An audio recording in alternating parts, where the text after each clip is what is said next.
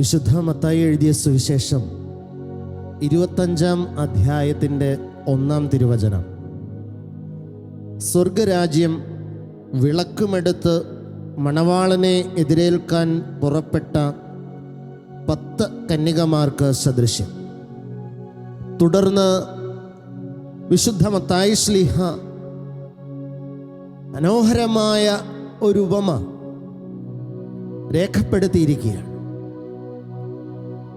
ഈ 10 കന്യകമാരിൽ 5 പേർ വിവേകമുള്ളവരും 5 പേർ വിവേകമില്ലാത്തവരും എന്നാണ്.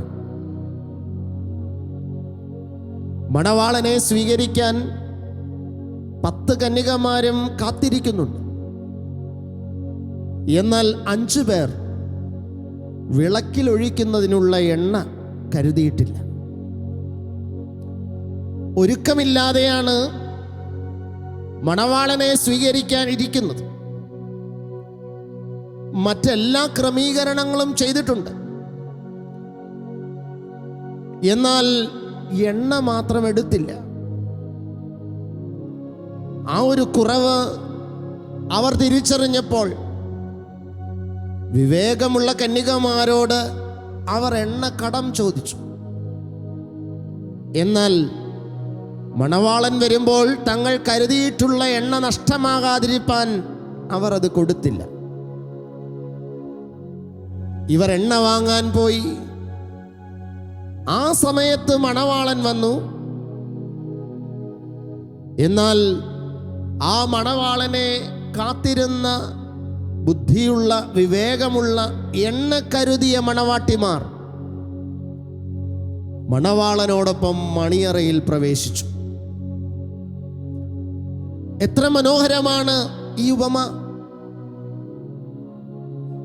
അതേ, സഭയാകുന്ന മണവാട്ടിയായ നാം ക്രിസ്തുവാകുന്ന മണവാളനെ സ്വീകരിപ്പാൻ എത്രത്തോളം ശ്രദ്ധയോടെ ഒരുങ്ങണമെന്ന് നമ്മെ പഠിപ്പിക്കുന്ന മനോഹരമായ ഒരു ഉപമയാണിത്. ഇന്ന് ഞാനും നിങ്ങളും തിരിച്ചറിയണം, ക്രിസ്തുവിൻ്റെ മണവാട്ടിയാണ് നാം ഓരോരുത്തരും. ക്രിസ്തുവാകുന്ന മണവാളൻ ഏറ്റവും പ്രിയപ്പെട്ടവരായി ക്രിസ്തുവിനോട് ചേർന്ന് ജീവിക്കേണ്ട അനുഗ്രഹീത മണവാട്ടിമാരാകാനുള്ള വിളി നമുക്കുണ്ട്. എന്നാൽ വേണ്ടത്ര വിവേകത്തോടെയാണോ ഈ മണവാട്ടി സ്ഥാനത്തെ നാം കൈകാര്യം ചെയ്യുന്നത് എന്ന് ശ്രദ്ധിക്കാൻ ഈ സ്വർഗീയ ആരാധനയുടെ മധ്യേ നമുക്ക് കഴിയട്ടെ. ഈ ആരാധനയിലുടനീളം ക്രിസ്തുവാകുന്ന മണവാളനെ എതിരേൽക്കാൻ നിൽക്കുന്ന വിവേകമുള്ള മണവാട്ടിയെ പോലെ നിന്നുകൊണ്ട് നമുക്ക് നമ്മുടെ തമ്പുരാനെ ഒന്ന് ആരാധിക്കാം.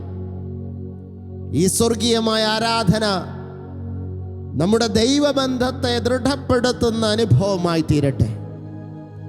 നമുക്ക് ചേർന്ന് നമ്മുടെ കർത്താവിനെ ആരാധിക്കാം, സ്തുതിക്കാം.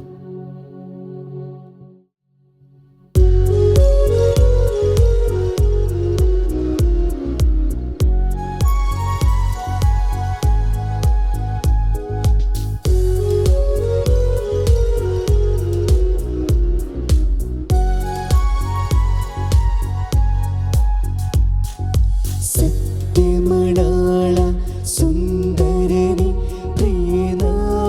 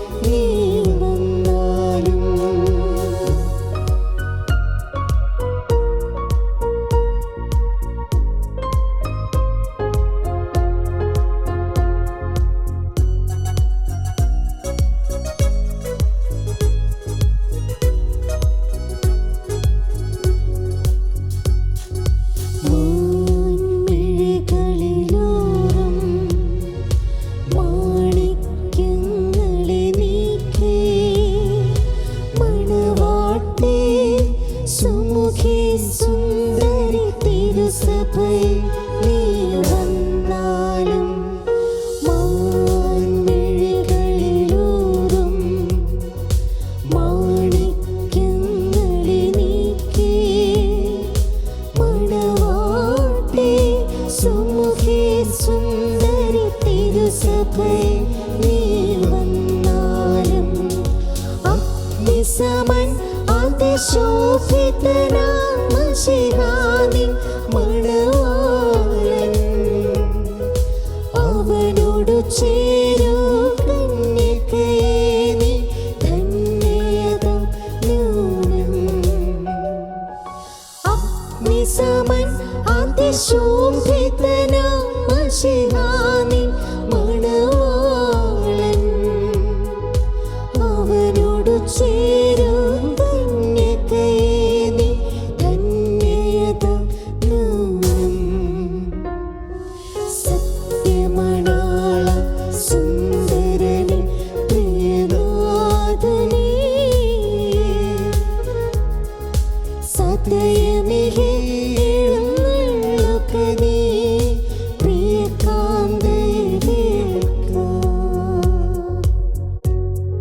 ഭാഗ്യകരമായ ഒരു ക്ഷണമാണ് ക്രിസ്തു നമുക്ക് നൽകിയിട്ടുള്ളത്.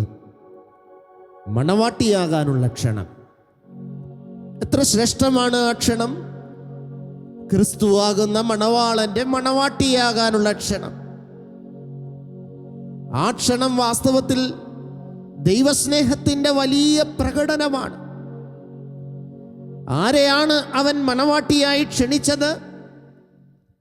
ഈ ലോക ജീവിതത്തിൽ സമ്പൂർണ്ണ വിശുദ്ധിയിൽ ജീവിച്ചവൾ എന്ന നിലയിലല്ല എന്നെ ക്ഷണിച്ചത്. എൻ്റെ ഇന്നലകളുടെ ജീവിതങ്ങളിൽ കുറവുകളുണ്ട്, പാപങ്ങളുണ്ട്, അശുദ്ധിയുണ്ട്. തമ്പുരാൻ ഇഷ്ടമില്ലാത്ത വഴികളിലൂടെ യാത്ര ചെയ്തതിൻ്റെ അനുഭവങ്ങളുണ്ട്. എന്നാൽ അവൻ, ആ സ്വർഗീയ മണവാളനോ പാപമില്ലാത്തവൻ, പാപമെന്തൊന്നു ജീവിതത്തിൽ അറിഞ്ഞിട്ടില്ലാത്തവൻ, അശുദ്ധിയുടെ ജീവിത വഴികൾ ഒരിക്കൽ പോലും അറിഞ്ഞിട്ടില്ലാത്തവൻ, വിശുദ്ധിയുടെ നിറകുടം വചനമാം ദൈവം. ആ മണവാളൻ തിരഞ്ഞെടുത്ത മണവാട്ടി ആര് എന്നതാണ് ഈ മണവാട്ടി സ്ഥാനത്തേക്ക് ഞാൻ നിയോഗിക്കപ്പെടുമ്പോൾ എൻ്റെ ഉള്ളത്തെ അനുതാപപൂർണമാക്കേണ്ടത്. അതേ പ്രിയരെ, അവൻ തിരഞ്ഞെടുത്ത ഞാൻ കുറവുകളുള്ളവളെന്ന് തിരിച്ചറിയുമ്പോൾ എൻ്റെ ഉള്ളം തപ്തമാകണം, അനുതാപപൂരിതമാകണം, കണ്ണുനീരോടെ നിലവിളിക്കാൻ കഴിയണം. ഓ തമ്പുരാനെ, ശ്രേഷ്ഠനായ ദൈവമേ, അങ്ങ് തിരഞ്ഞെടുത്ത മണവാട്ടിയായ ഞാൻ എത്രയോ കുറവുള്ളവൻ, എന്നിട്ടും അങ്ങ് ഈ മണവാട്ടി സ്ഥാനത്തിൻ്റെ ശ്രേഷ്ഠതയിലേക്ക് നിയോഗിച്ചല്ലോ. എത്ര ശ്രേഷ്ഠമാണ് ആ തിരിച്ചറിവ്! ഒരിക്കൽ കൂടെ നാം അഗ്നിസമൻ അതിശോഭിതനാം മശിഹാനിൻ മണവാളൻ എന്ന ഈരടികൾ പാടുമ്പോൾ ആ വരികൾ ശാന്തമായി നിങ്ങൾ കേട്ട് ആ മണവാളന്റെ ശ്രേഷ്ഠത തിരിച്ചറിഞ്ഞ് ആയിരിക്കുന്ന സ്ഥാനത്ത് കണ്ണടച്ച് ആയിരുന്നു കൊണ്ട് ആ മണവാളന്റെ ശ്രേഷ്ഠതയെ ശാന്തമായി ഒന്ന് ധ്യാനിക്കാം.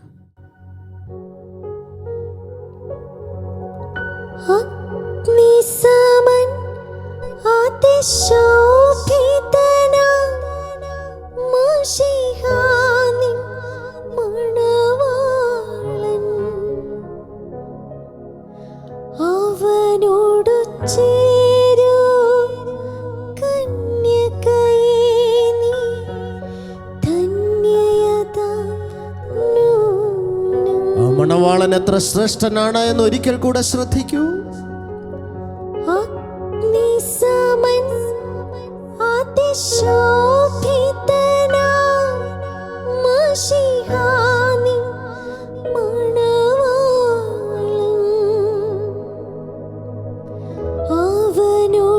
ചേരൂ കന്യകയേ നീ ധന്യയതാ. ഇത്ര ശ്രേഷ്ഠനായ ഒരു മണവാളനെ ലഭിക്കാൻ എന്ത് യോഗ്യതയാണ് നമുക്കുള്ളത്? നമ്മുടെ ജീവിതത്തിൻ്റെ കുറവുകളും ബലഹീനതകളും പോരായ്മകളും ഒന്നും ശ്രദ്ധിക്കാതെ ആ മണവാളൻ നമ്മെ തൻ്റെ മണവാട്ടിയായി സ്വീകരിക്കാൻ സന്നദ്ധനാകുകയായിരുന്നു. അതേ പ്രിയരെ, അത് ഏറ്റവും ശ്രേഷ്ഠമായ ഒരു അനുഭവമാണ്. ആ മണവാളൻ നമ്മെ കാണുന്നത് എങ്ങനെയാണ്? കുറവുകളാലും ബലഹീനതകളാലും പാപങ്ങളാലും അശുദ്ധമാക്കപ്പെട്ട് ദുർഗന്ധം വമിക്കുന്ന ജീവിതമാണ് നമ്മുടേത്. പക്ഷേ ആ സ്വർഗീയ മണവാളൻ നമ്മെ നോക്കി പറയുന്ന വരികൾ ഇങ്ങനെയാണ്: മുല്ല മലരുകളിൽ നറുമണമുള്ള ഒരു ലജ്ജിതേ എന്നാണ്. പാപത്തിന്റെ അശുദ്ധിയിൽ തിന്മയുടെ കൂമ്പാരത്തിൽ ദുർഗന്ധം വമിക്കുന്ന നമ്മെ നോക്കി മുല്ലമലരുകളുടെ ഗന്ധമുള്ളവളെ എന്ന് സ്നേഹത്തോടെ അവൻ വിളിക്കുമ്പോൾ നാം ഇവിടെ കാണേണ്ടത് എന്താണ്? നമ്മുടെ ദുർഗന്ധം നിറഞ്ഞ ഇന്നലകളുടെ ജീവിതത്തെ അവൻ മറന്നു കഴിഞ്ഞു എന്നാണ്. നമ്മുടെ പാപത്തിന്റെ അശുദ്ധി നിറഞ്ഞ ഇന്നലകളുടെ ജീവിതത്തെ അവൻ ശ്രദ്ധിക്കുന്നതേ ഇല്ല എന്നാണ്.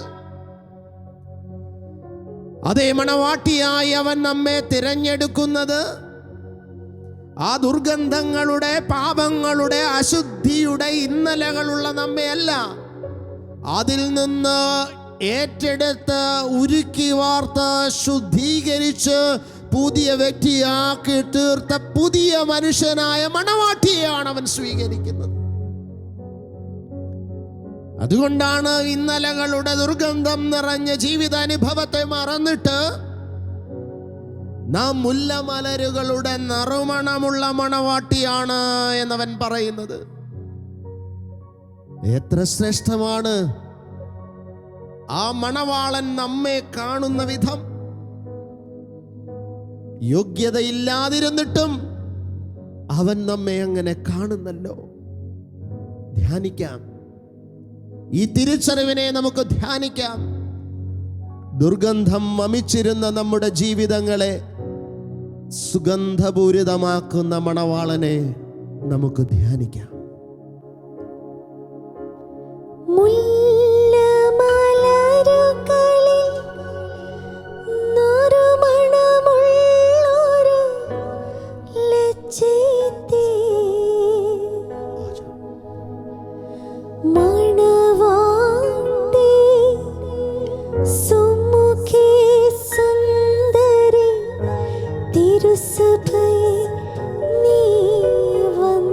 ഒരിക്കൽ കൂടി ആ സ്നേഹത്തെ ഒന്ന് ധ്യാനിച്ച്, മുല്ലമലരുകളിൽ നറുമണമുള്ളൊരു ലജ്ജിതേ, മണവാട്ടി സുമുഖി സുന്ദരി തിരുസഭയെ നീ വന്നാലും. ഒരിക്കൽ ദൈവമായ കർത്താവ് ഹോശയ പ്രവാചകന് ഒരു വിവാഹാലോചന നടത്തി. ഹോശയയോട് ദൈവം പറഞ്ഞു, ഹോശയ, നിനക്ക് വേണ്ടി ഞാനൊരു മണവാട്ടിയെ കണ്ടെത്തിയിരിക്കുന്നു. ഹോശയായിക്ക് സന്തോഷമായി.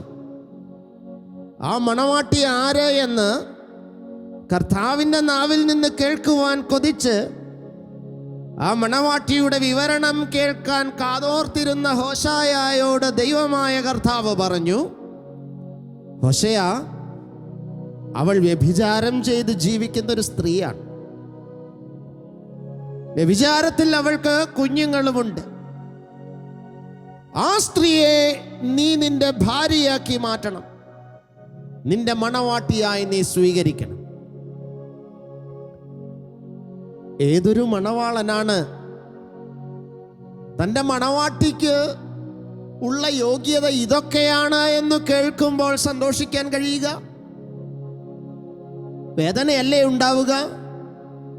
സങ്കടമല്ലേ തോന്നുക? ദൈവത്തിൻ്റെ പ്രവാചകനായി താൻ ജീവിച്ചിട്ടും ദൈവത്തിൻ്റെ വാക്കുകൾ അക്ഷരം പ്രതി അനുസരിച്ച് താൻ ജീവിച്ചിട്ടും എന്തുകൊണ്ട് തനിക്ക് ഇതുപോലൊരു മണവാട്ടി എന്ന ചോദ്യമല്ലേ ഹോശേയയുടെ ഉള്ളിൽ ഉയരുക? പക്ഷേ ഹോശേയ അങ്ങനൊന്നും ചിന്തിച്ചില്ല. തൻ്റെ ദൈവം തനിക്കായി ഒരുക്കിയ ആളെ സ്വീകരിക്കാൻ ഹോശേയ സന്നദ്ധനായി. എന്തിനാണ് ഹോശേയയ്ക്ക് ഇതുപോലൊരു മണവാട്ടിയെ ദൈവം ഒരുക്കിയത്? ഹോശേയയ്ക്കൊരു തിരിച്ചറിവുണ്ടാകാനാണ്. ഹോശേയ പ്രവചിക്കേണ്ടത് ഇസ്രായേലിനോടാണ്. ഇസ്രായേൽ ദൈവത്തിൻ്റെ മണവാട്ടിയാണ്. എന്നാൽ ഇസ്രായേൽ ഇന്ന് അന്യ ദൈവങ്ങളെ ആരാധിച്ചുകൊണ്ട് ദൈവത്തിൻ്റെ മണവാട്ടി എന്ന സ്ഥാനത്തു നിന്ന് മാറിപ്പോയിരിക്കുന്നു. ഇന്ന് ദൈവത്തെ മണവാട്ടിയായി ഇസ്രായേൽ പറയുമ്പോഴും അന്യദേവാരാധനയുടെ തിന്മയിൽ, വ്യഭിചാരത്തിൽ ഇസ്രായേൽ ഏർപ്പെട്ടിരിക്കുന്നു. ഇസ്രായേലിനെ ഓർത്ത് ദൈവമായ കർത്താവ് ഉള്ളിൽ അനുഭവിക്കുന്ന ഒരു പെയിൻ, ഒരു വേദനയുണ്ട്. തൻ്റെ മണവാട്ടിയായ ഇസ്രായേൽ അന്യ ജാതിയോടൊപ്പം വിഗ്രഹാരാധനയിൽ ജീവിക്കുമ്പോൾ മണവാളൻ അനുഭവിക്കുന്ന വേദനയുണ്ട്.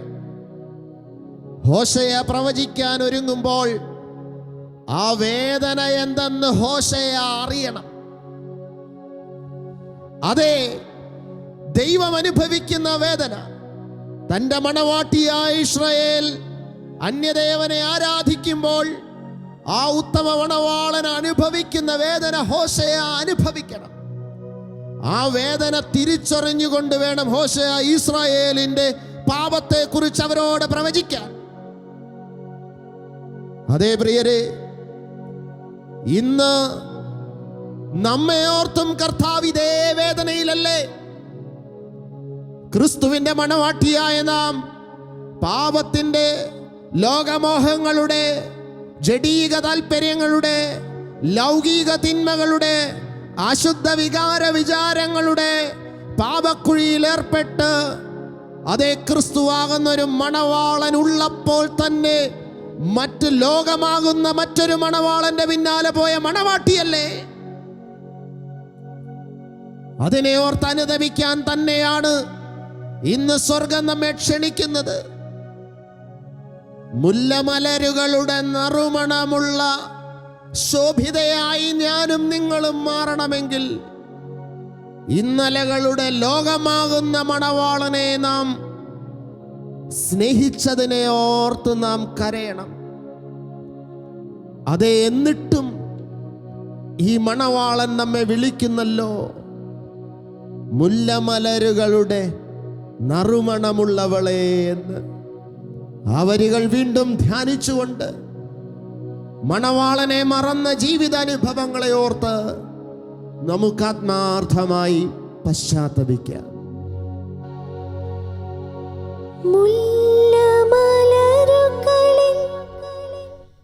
നറുമണമുള്ളൊരു ലജ്ജത്തെ മണവാട്ടി സുമുഖി സുന്ദരി തിരുസഭയെ നീ വന്നാൽ. ഒരിക്കൽ കൂടി ആ വരികൾ ധ്യാനിച്ചാട്ടെ. മുല്ലമലരുകളിൽ നറുമണമുള്ളൊരു ലജ്ജത്തെ മണവാട്ടി സുമുഖി സുന്ദരി തിരുസഭയെ നീ വന്നാലും. മണവാട്ടിയാകാൻ കർത്താവ് നമ്മുടെ കുറവുകൾ മറന്ന് നമ്മെ ക്ഷണിക്കുമ്പോൾ വിവേകമുള്ള മണവാട്ടിയെ പോലെ നമുക്കുമായി തീരാം. എണ്ണ കരുതാതെ പോകരുത്. വിശുദ്ധിയാകുന്ന എണ്ണ കരുതാതെ പോകരുത്. സമയമാകുമ്പോൾ കടം ചോദിക്കാനാകില്ല നമുക്ക്. നമ്മുടെ ഒരുക്കമെന്നത് വളരെ വ്യക്തവും ശക്തവുമായിരിക്കണം. ഈ ഒരു മേഖലയിലും അലസമാകാൻ നമുക്ക് അവകാശമില്ല. വിവേകമില്ലാത്ത മണവാട്ടിമാർ മറ്റെല്ലാ മേഖലയിലും ഒരുങ്ങിയിരുന്നു. ഈ ഒരു മേഖലയിലെ കുറവാണ് മണിയറ പ്രവേശനത്തിന് അവരെ തടഞ്ഞത്. എന്തെങ്കിലുമൊക്കെ ഒരുങ്ങി എന്നതുകൊണ്ടാകില്ല പ്രിയരെ. എല്ലാ മേഖലയും ശ്രദ്ധയോടെ ഒരുങ്ങി ഉത്തമ മണവാട്ടിയായി തീരാൻ സ്വർഗം നമ്മെ ക്ഷണിക്കുകയാണ്. അതെ, നമുക്ക് ഈ ഗാനത്തിൻ്റെ ഇരടികളോട് ചേർന്ന് ആ സഭയാകുന്ന മണവാട്ടിയായി മണവാളനാകുന്ന ക്രിസ്തുവിനോട് വിശുദ്ധിയോടെ ചേരുന്ന അനുഭവത്തെ ധ്യാനിച്ചുകൊണ്ട് നമുക്ക് ആരാധിക്കാം.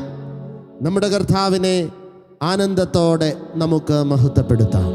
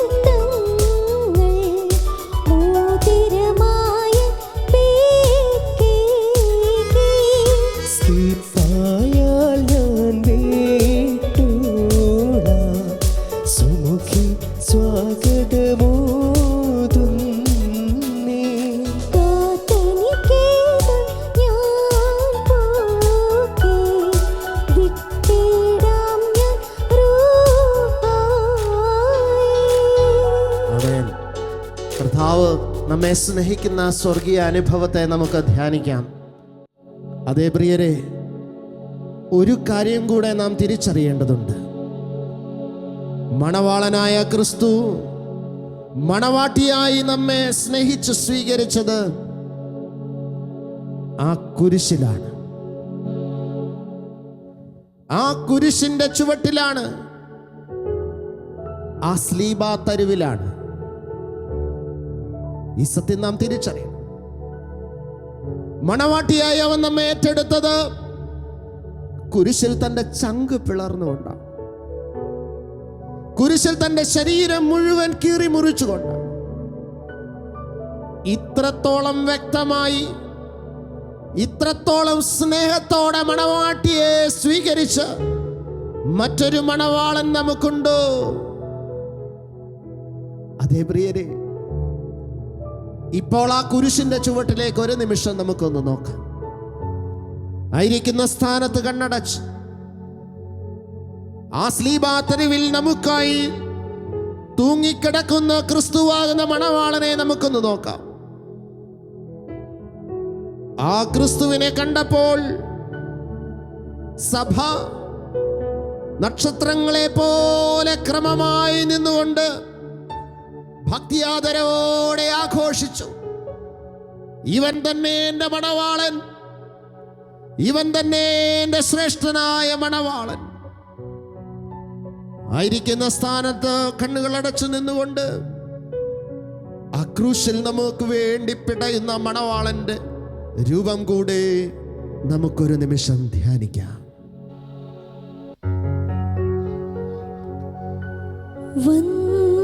വന്യസ്ലേബാ കരുവിന്മേൽ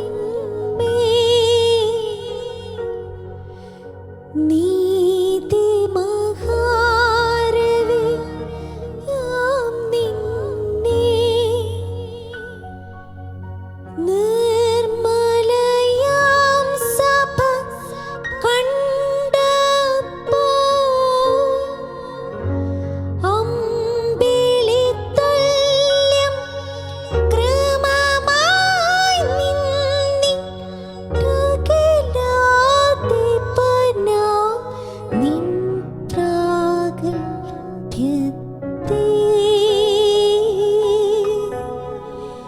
വിധിപോൽ ഭംഗ്യ ഘോഷിച്ചു.